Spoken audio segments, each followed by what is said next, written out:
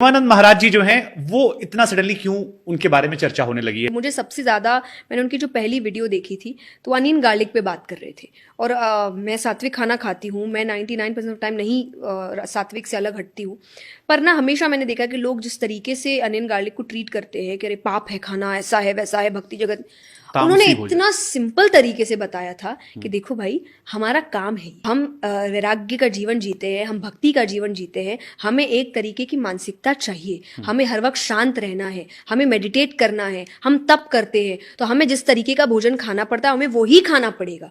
तुम अगर ऐसी फील्ड में हो और तुमको ये चीजें चाहिए तो तुमको भी करना पड़ेगा, वरना बेटा कोई पाप नहीं। हमारे वृंदावन में इस समय एक महाराज जी का बहुत नाम हो रहा है, पूरी दुनिया के बड़े बड़े लोग आ रहे हैं और महाराज जी के पास दौड़े दौड़े चले जा रहे हैं। हम नाम तो नहीं लेना चाहते क्योंकि वो अपने भजन में लगे हैं, पर आप सब जानते हैं श्री प्रेमानंद बाबा। लेकिन जानते हो, मैं 2 बार गया हूं प्रेमानंद बाबा जी के पास में, बहुत अच्छे हैं, सरल हृदय हैं।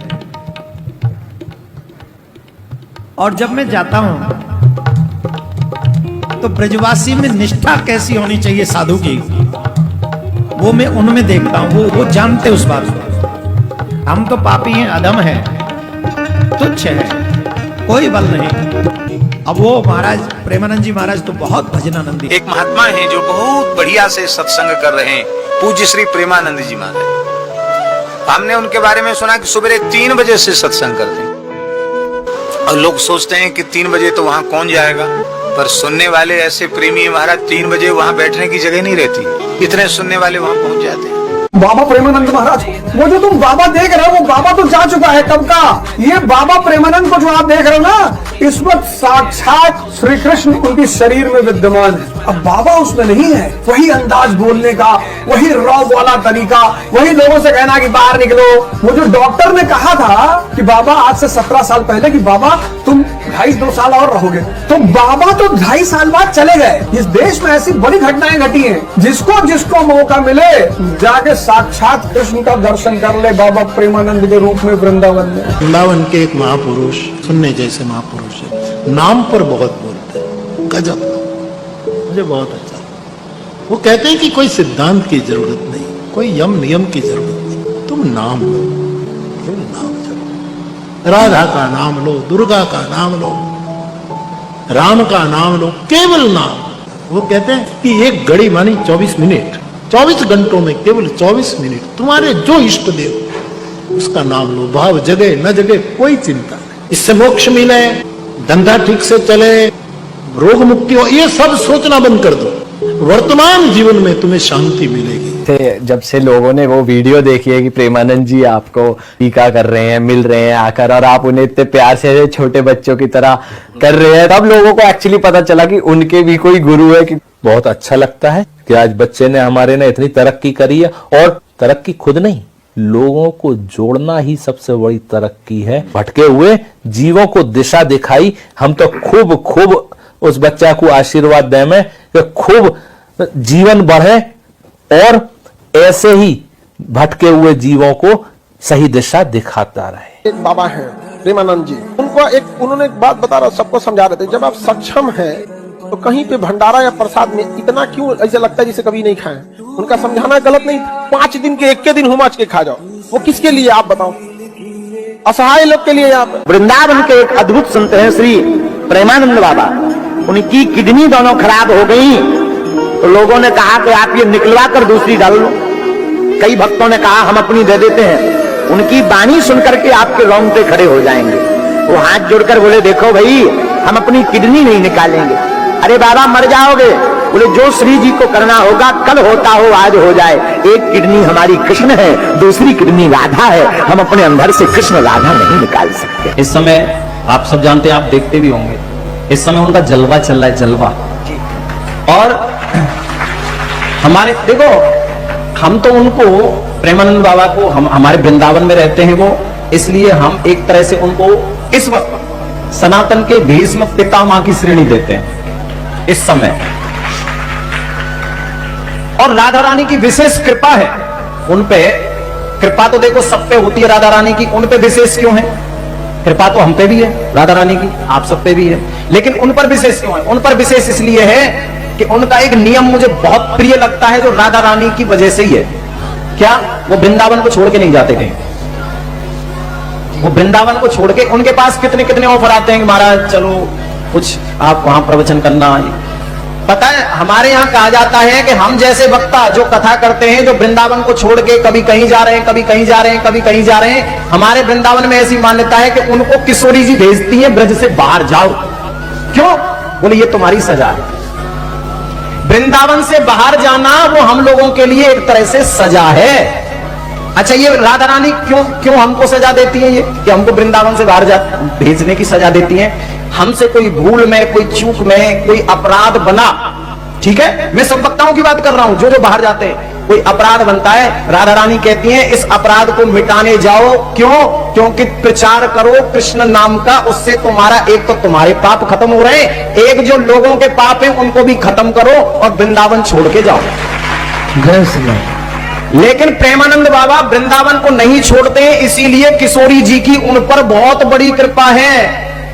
तुम्हें पता है बिरले ही संत ऐसे होते हैं जो ब्रज को छोड़ के नहीं जाते। आजकल लाइमलाइट में ऐसा ये सोशल मीडिया चल रहा है, किसको नहीं है जाने का, किसका मन नहीं करता? कोई विदेश जाना चाहता है, कोई कहीं जाना चाहता है, कोई, लेकिन सच्चे संत भैया ऐसे ही होते हैं। सच्चे संत ऐसे ही होते हैं। ऐसा कौन है जो उनसे मिलने नहीं आता? ऐसा कौन सेलिब्रिटी है जो नहीं आता? देखो, हम सेलिब्रिटियों के पास जाएं, अगर हम किसी सेलिब्रिटी से मिलने जाएं, पता है लोग सेलिब्रिटी किनको कहते हैं? फिल्म के हीरो हो, फिल्म की हीरोइन हो, उनको हम लोग सेलिब्रिटी कहते हैं। लेकिन वो सेलिब्रिटी कैसे हैं पता है? बड़े खतरनाक वाले हैं। अभी मैंने एक ऐसा दृश्य देखा, कुछ लोग राम मंदिर में आए थे, अभी राम मंदिर का उद्घाटन हुआ, उसमें भगत जी राम मंदिर में ऐसे सेलिब्रिटी आए जिन्होंने कुछ समय पहले ही ये बयान दिया था कि हमको तो गाय का बीफ बहुत अच्छा लगता है। हाँ, नाम नहीं लूंगा मैं, बताओ वो उनको सेलिब्रिटी मानते हैं लोग जो गाय का मांस खाते हैं। गाय के सेलिब्रिटी है, थूको ना इन पे। सेलिब्रिटी तो वो होते हैं जो हमारे धर्म की वृद्धि करते हैं, धर्म की वृद्धि, हमारे भारत की वृद्धि करते हैं। इसलिए एक तरह से सनातन के सबसे बड़े सेलिब्रिटी यदि कोई है तो इस वक्त है प्रेमानंद बाबा। मालूम है कई लोग संत की परिभाषा नहीं जानते, कई लोग ऐसे लोगों को संत बताने लग जाते हैं वो संत है ही नहीं। कितने लोगों को तो मैं ऐसा जानता हूं जिनको लोग संत तो कहते हैं, लेकिन सिर्फ संत के नाम पे वो कर क्या रहे हैं? अपने बच्चों को आगे बढ़ा रहे हैं। देखो, संत वो है न तो वो परिवार में फंसता है ना वो माया में फंसता है। ध्यान रखना, जो परिवार में फंसा है, मेरा बेटा, मेरी बेटी, मेरा परिवार, वो जीवन में कभी संत हो ही नहीं सकता।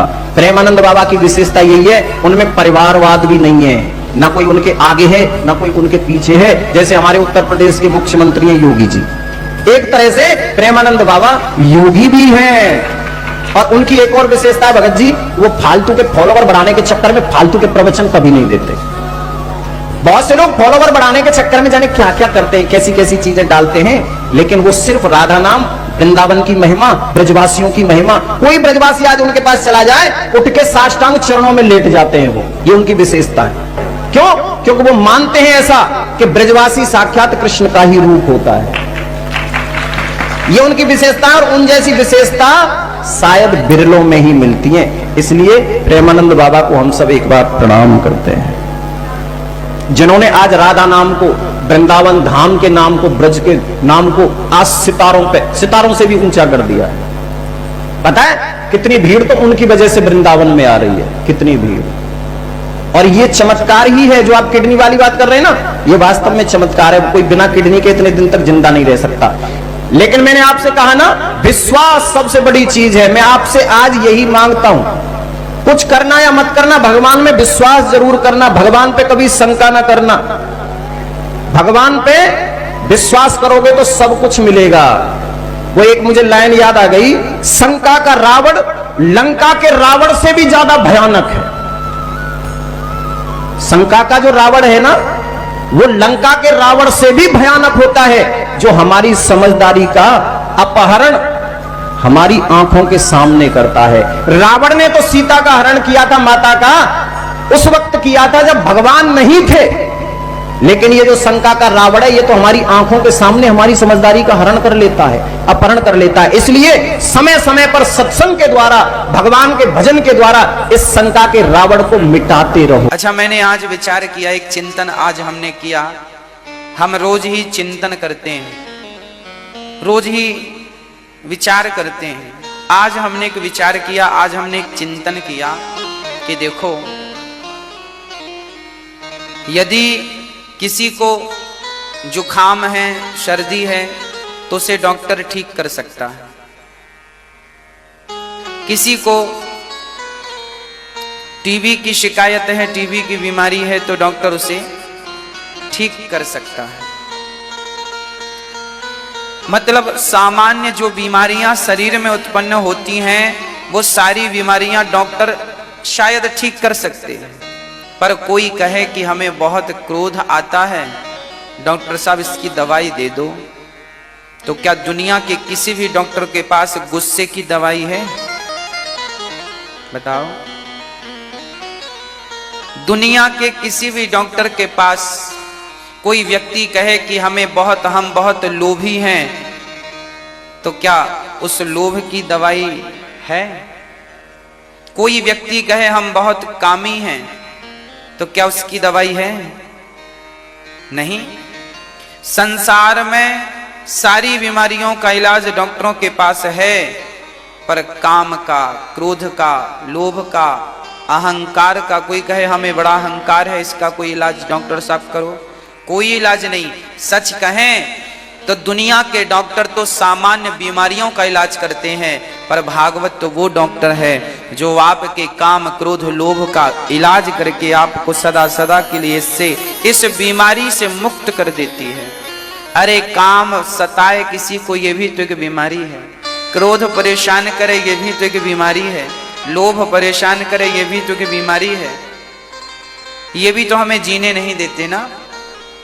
तो इनका इलाज कहाँ होगा? बोले इनका इलाज केवल केवल भागवत ही इनका इलाज कर सकती है। इसलिए भागवत ही सबका